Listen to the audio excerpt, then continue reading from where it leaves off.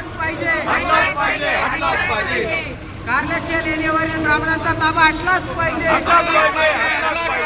बौद्ध लेण्यांवरील अतिक्रमित मंदिरं हटलेच पाहिजे. अनधिकृत मंदिरं हटलेच पाहिजे. बौद्धांना न्याय मिळालाच पाहिजे.